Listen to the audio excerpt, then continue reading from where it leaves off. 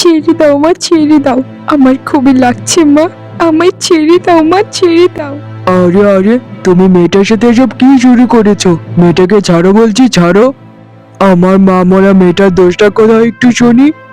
আ হা হা হা হা হা, কথার কি ছিঁড়ি দেখো।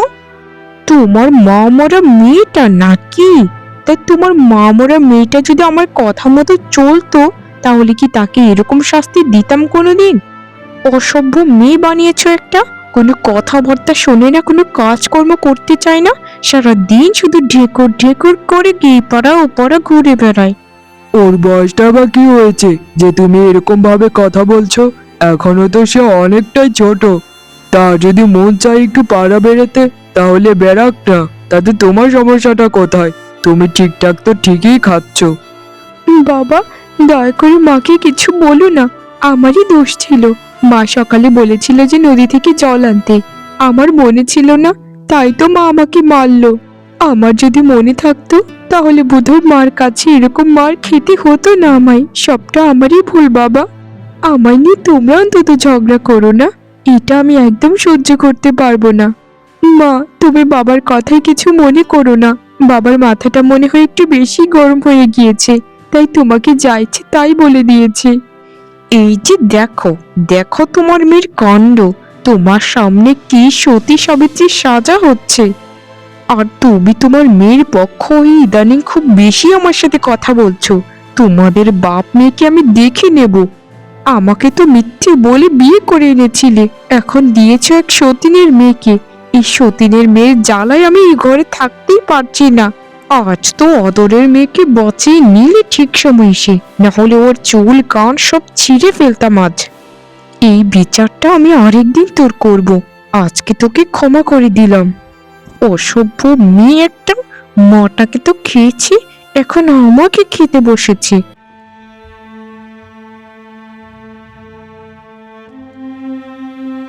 কে রে বাদল, আজকে সূর্যটা কোন দিকে উঠলো? তা তাড়াতাড়ি এত বাড়ি ফিরে এলি যে সকাল সকাল? অন্যদিন তো তোর ওই চাঁদপানা মুখটা দুপুরের আগে দেখাই যায় না। এখানে ফাজলামো করতে আসিনি আমি বাবা। আমাকে 500 টাকা দাও, আমি আবার চলে যাব বাড়ি থেকে। এত কথা বলতে আমি পারবো না কারোর সাথে, বুঝেছো? দাও তাড়াতাড়ি 500 টাকা দাও, আমি কেটে পড়ি এখান থেকে। তুই কি আমার কাছে টাকার গাছ লাগিয়েছিস যে বলতি ঝরঝরিয়ে টাকা পড়ে যাবে আকাশ থেকে? শুনে রাখ বাদল, একটা কথা বলি, অনেক টাকা তোকে দিয়েছি সারা জীবনে। সারা রাত তুই বন্ধুদের নিয়ে বাইরে বাইরে থাকিস, ওইসব টাকা পয়সা খরচ করে বাইরের খাবার দাবার খাস। এগুলো একদম ঠিক নয়। এত জ্ঞান দিও না তো আমায় বাবা। তোমার কাছে টাকা চাইছি, টাকা দিয়ে দিলেই সব কিছু সমাধান হয়ে যায়। আমারও তো কথা বলার সময় নেই, তাড়াতাড়ি 500 টাকা দাও বলছি বাবা। এই যে দেখ 500 টাকা, এই শেষবার তোকে দিলাম। আর কোনো দিন যেন টাকা না চাস আমার কাছে। আচ্ছা ঠিক আছে ঠিক আছে, মনে থাকবে, আমি এখন যাই।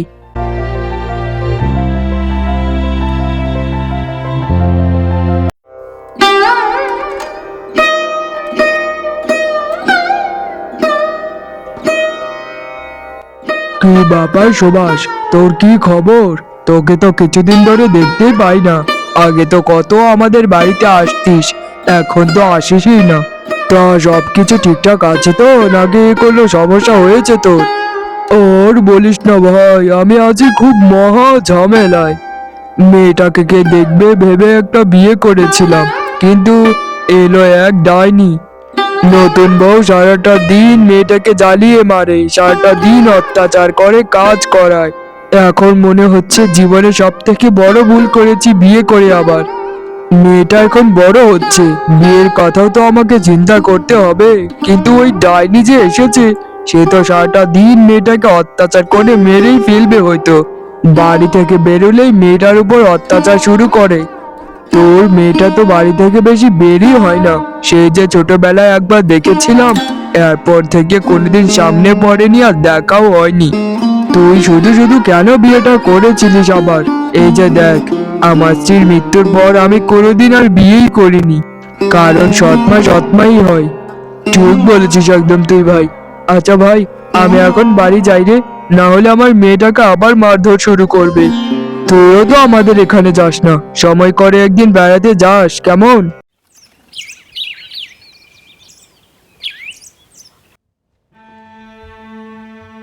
এই সতীনের মেয়ে আমাকে মেরেই ফেলবে হয়তো শেষে।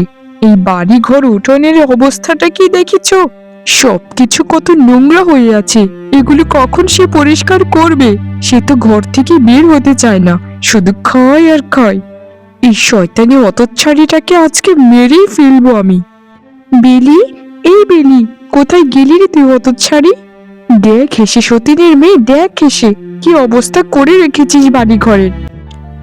এই তো মা, এই তো আমি। কি হয়েছে মা, কি হয়েছে বলো, বলো কি হয়েছে মা? আমি কিছু করিনি মা, আমি কিছু করিনি। আমাকে কিছু করো না মা, আমাকে কিছু করো না। দেখ হতচ্ছাড়ি, দেখ উঠোনের অবস্থাটা দেখ, কি করেছিস রে? এই উঠোনটাতে এরকম বাগানের মতো হয়ে আছে কেন? এগুলো না পরিষ্কার করা তোর কাজ, এগুলোকে আমাকে দিয়ে করাতে চাস তুই? এই সতীনের মেয়ে, আজ থেকে উঠোনে কোনো ঝাড়ু টাড়ু চলবে না, তুই হাত দিয়ে এগুলো পরিষ্কার করবি। যা বলছি এক্ষুনি পরিষ্কার করা শুরু কর, না হলে তোর চুলগুলো আমি সব ছিঁড়ে ফেলবো। না না মা, আমাকে কিছু করো না মা, আমার খুব কষ্ট হয়। আমি কথা দিচ্ছি আজকের পর থেকে উঠোনে ঝাড়ু ছোঁয়াবো না। চ্যাটাং চ্যাটাং কথা না বলে এক্ষুনি যা কাজটা শুরু করে দে। আমার মাথাটা যখন গরম হয়ে যাবে না, তখন দেখবি কলপারে নিয়ে তোকে ধাক্কা মেরে আমি ফেলে মাথা ফাটিয়ে ফেলবো। অসভ্যতামি করার জায়গা পাস না, আমার কাছে কোনো অসভ্যতামি চলবে না। বেয়াদবি আমি একদম ক্ষমা করি না। ছেলেটা এখনো ফিরলো না, কতটা রাত হয়ে গেল। কি যে করবো আমার মাথায় ঢুকছে না। লোকে তো বলে ছেলেকে বিয়ে করালে নাকি ছেলের সংসারে মন বসে। এই রে, আমি তো সত্যি একটা পাগল। আমার বন্ধু সুভাষের একটা মেয়ে আছে, সেটা তো ভুলেই গেছিলাম। সে তো আমাকে সেটাও বলল যে তার মেয়ে বিবাহযোগ্যা। আমার ছেলেটার সাথে যদি সুভাষের মেয়েটার বিয়ে করে দেওয়া যায়, তাহলে বোধহয় খুবই ভালো হবে। আর সুভাষের কাছে যতটা শুনেছি, সুভাষের মেয়েটা খুবই লক্ষ্মীমন্ত একটা মেয়ে। না না, আর দেরি করলে চলবে না। আগামীকাল সকালে আমি সুভাষের বাড়িতে যাব বিয়ের প্রস্তাব নিয়ে। দেখি কি হয়, ছেলেটা হয়তো ভালো হলে হতে পারে।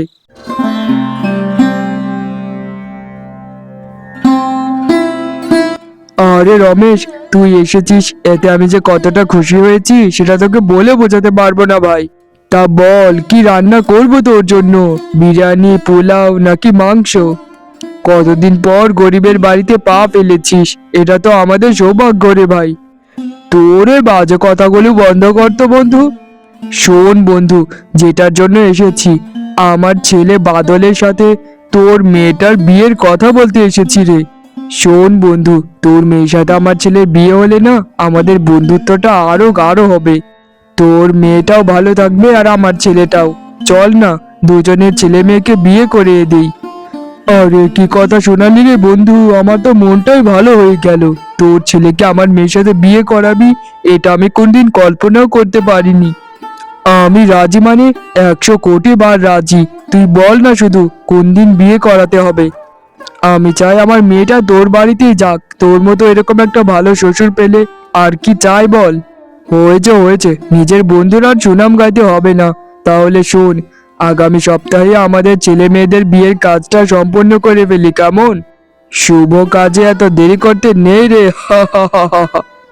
এখন শুধুমাত্র আমরা দুজন বন্ধুই নই, আমরা দুজন বেআইন রে, বেআইন।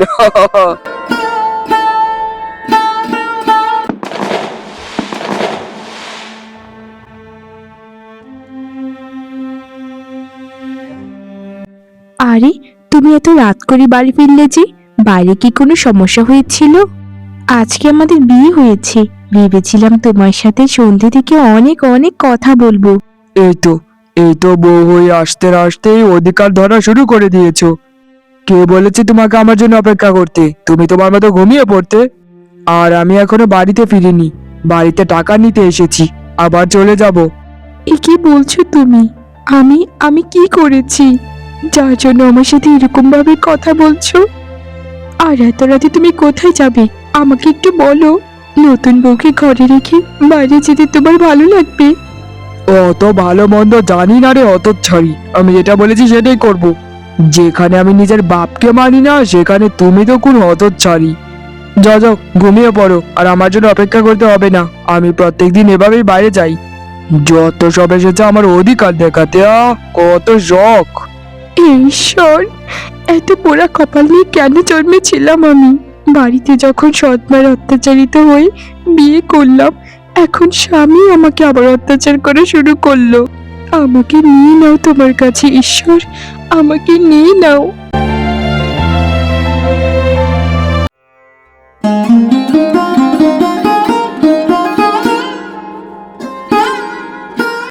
বাবা, রান্না হয়ে গিয়েছে। আপনার জন্য কি খাবারটা নিয়ে আসবো? সকাল তো অনেকটা হয়ে গিয়েছে বাবা, এখন যদি না খান তাহলে আপনার শরীরটা খারাপ করবে।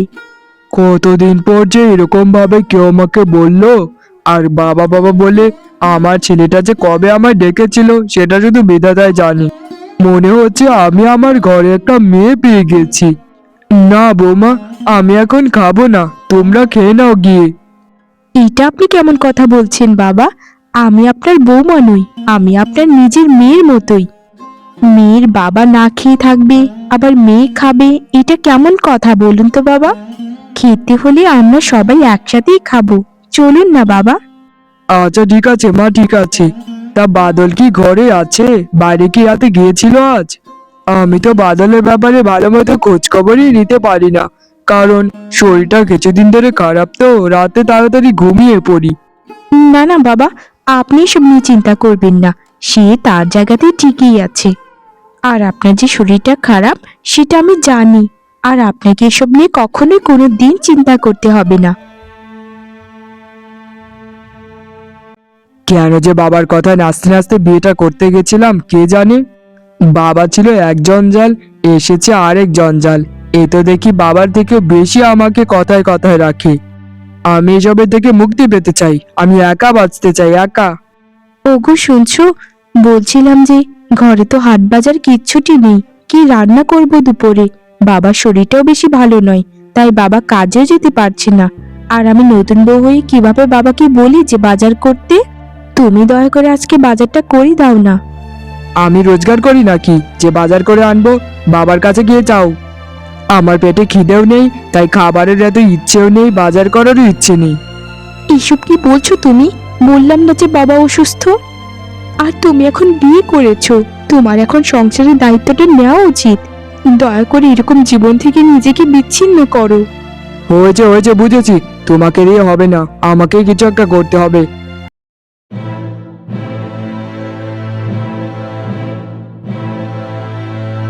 শোনো বাবা, বিয়ে যখন আমাকে করিয়েছো তখন আমার স্ত্রীর দায়িত্ব আমাকেই নিতে হবে, তাই তো?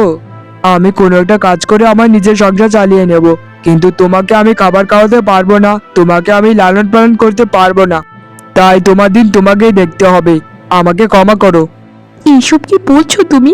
বাবার সাথে এরকম কথা বলতে তোমার লজ্জা করছে না? তোমার বাবা তোমাকে সেই ছোটবেলা থেকেই লালন পালন করে বড় করেছেন। সে যখন বাইরে তোমাকে কাজ করে বসে বসে খাওয়াতো, তখন কি তার কষ্ট হতো না? তুমি কিভাবে পারছো এসব কথা বলতে? বৌমা, বৌমা, তাকে কিছু বলো না তুমি।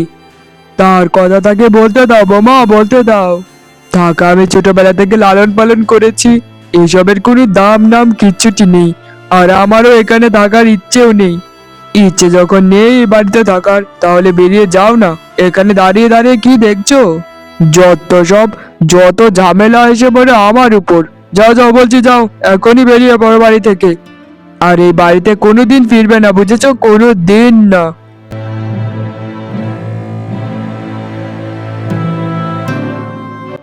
আর তুমি এখানে দাঁড়িয়ে দাঁড়িয়ে কি অত রং তামাশা দেখছো নাকি শুনি? বাবার জন্য খুব কষ্ট লাগছে, তাই তো? তা বাবার সাথে চলে যেতে এখানে কেন রয়েছো? যত সব আবেগ ভালোবাসায় গড়াগড়ি খাচ্ছে এক একজন। আপনজনের মূল্য দিতে তুমি শেখোনি। যেদিন তারা হারিয়ে যাবে সেদিন ঠিকই বুঝবে যে বাবা মা কতটা জীবনে গুরুত্বপূর্ণ। আমি কিছু আর বলবো না তোমায়, শুধু একটা কথাই মনে রেখো, সময় হলে সবকিছু টের পাবে। জমিদার মশাই, যে করে হোক না কেন আমাকে কাজটা দিতেই হবে, না হলে যে আমি না খেতে পেয়ে মরে যাব জমিদার মশাই। কিছু বছর আগে আমি যে কাজটা করতাম আপনার এখানে, সেই কাজটাই করব। বলছি যে কাজটা করতে পারবে তো ঠিকঠাক? কারণ তুমি অনেকটা বুড়ো হয়ে গিয়েছো। তবে তুমি আমার প্রিয় ভাজন, তোমাকে আমি বিশ্বাস করি, তাই তোমাকে সেই কাজটা আবার দিচ্ছি। উত্তরের গলঘরটাতে এখন থেকে তুমি কাজ করবে। এই কেমন ছেলে যে তার বাবাকে বাড়ি থেকে তাড়িয়ে দেয়। আর বাবা চলে গিয়েছেন অনেকগুলো দিন হয়ে গেল, না জানি বাবা কোথায় আছেন, কি করছেন। আমার খুবই কষ্ট লাগছে বাবার জন্য। না না, এভাবে ঘরে বসে থেকে আর কোনো লাভ নেই। আমাকে বাবার খোঁজ লাগাতেই হবে। আজকে এক্ষুনি আমি বাবাকে খুঁজতে বের হব। মানুষের কাছে জিজ্ঞেস করে করে যাব, যেদিকে বাবা গিয়েছে আমিও যাব বাবাকে খুঁজতে। বাবা আমাকে কত ভালোবাসতো, কত। আমার জীবন থেকে বাবাকে কোনোদিন হারাতে দেব না। যাই এক্ষুনি বেরিয়ে পড়ি। বিকেল হওয়ার আগে আগে আমাকে বাড়ি ফিরতে হবে, না হলে আবার ওনার কত কথার যে আমার সম্মুখীন হতে হবে সেটা শুধু বিধাতাই জানে। এরপর বেলি তার শ্বশুরকে খুঁজতে বের হয়ে যায়। সে অনেক জায়গায় খুঁজতে থাকে। অবশেষে জমিদার বাড়ির পাশে একটি গল ঘরের কাছে তার শ্বশুরকে খুঁজে পায় সে তার বাবার মতো শ্বশুর মশাইকে পেয়ে খুবই খুশি হয়ে যায়। বাবা, বাবা আপনি এখানে, আর আপনাকে আমি কত জায়গায় খুঁজে চলেছি বাবা। বাবা চলুন না আমার সাথে বাবা, আপনাকে ছাড়া যে বাড়িটা খুবই খালি খালি লাগে। এইভাবে অভিমান করে কেন চলে এলেন বাবা? আর আপনি এখানে নাকি গলঘরে একটা চাকরি নিয়েছেন। কি করব আমি বৌমা, যে সন্তানকে কোলে পিঠে করে মানুষ করেছিলাম সেই সন্তানই তো আমাকে দেখতে পারে না। আমি এখন তার কাছে বোঝা হয়ে গেছি বৌমা, বোঝা। তাই নিজেই নিজের পেট চালাচ্ছি। না না বাবা, কিন্তু আপনার ছেলে ছাড়াও তো আপনার একটা মেয়ে রয়েছে, তার কথা কিভাবে ভুলে গেলেন? আমি আমি যদি একবেলা খেতে পারি তবে আপনাকেও একবেলা খাওয়াতে পারবো বাবা। চলুন না বাবা আমার সাথে। না বৌমা, তুমি বাড়িতে ফিরে যাও। আর বাদল যদি জানতে পারে যে তুমি আমার সাথে দেখা করতে এসেছো তাহলে তোমাকে মেরেই ফেলবে। ফিরে যাও বৌমা, ফিরে যাও, আর এখানে এক মুহূর্ত তুমি থেকো না। বেলি আমার সর্বনাশ হয়ে গেছে, বেলি আমার সর্বনাশ হয়ে গেছে। যে বন্ধুদের কাছে টাকা জমা দিয়েছিলাম তারা আমার টাকা নিয়ে ভেগেছে। আমার সব টাকা মেরে খেয়ে পালিয়েছে তারা। বেলি আমি নিঃস্ব হয়ে গেলাম। বাবা ঠিকই বলতো আমাকে, বাবা ঠিকই বলতো যে আমি একদিন বুঝতে পারবো যে তারা হচ্ছে বন্ধুরূপী সাপ। তোমার কাছে আর কি আমি আশা করতে পারি যে তার দেবতার মতো পিতার সাথে এরকম আচরণ করতে পারে? সে তো সবকিছু হারাবেই। এখনো সময় আছে, এখনো সময় আছে। বাবার হাতে পায়ে ধরে ক্ষমা চাও, সবকিছু ঠিকঠাক করো। সংসারটাতে একটু মন দাও, জীবন এভাবে যাবে না। তুমি একদম ঠিক কথাই বলেছো বেলি, কিন্তু বাবাকে আমি কোথায় পাবো? বাবাকে যে আমি বের করে দিয়েছি বাড়ি থেকে, বাবা কোথায় থাকে সেটা আমি জানি না বেলি, জানি না। কিন্তু আমি জানি, চলো আমার সাথে। বাবা গো, বাবা তোমার কাছে ক্ষমা চাবার মুখ নিয়ে আমার কাছে বাবা। তবে একটা কথাই বলতে পারি, আমি এখন থেকে ভালো সন্তান হয়ে থাকবো বাবা। আমার সাথে চলো বাবা, চলো। সারাটা জীবন বাবাকে তুচ্ছ করলি, বাবাকে তাচ্ছিল্য করলি। একটা কথা মনে রাখবি বাবা, কোনো বাবা মা চায় না তার সন্তানের খারাপ হোক।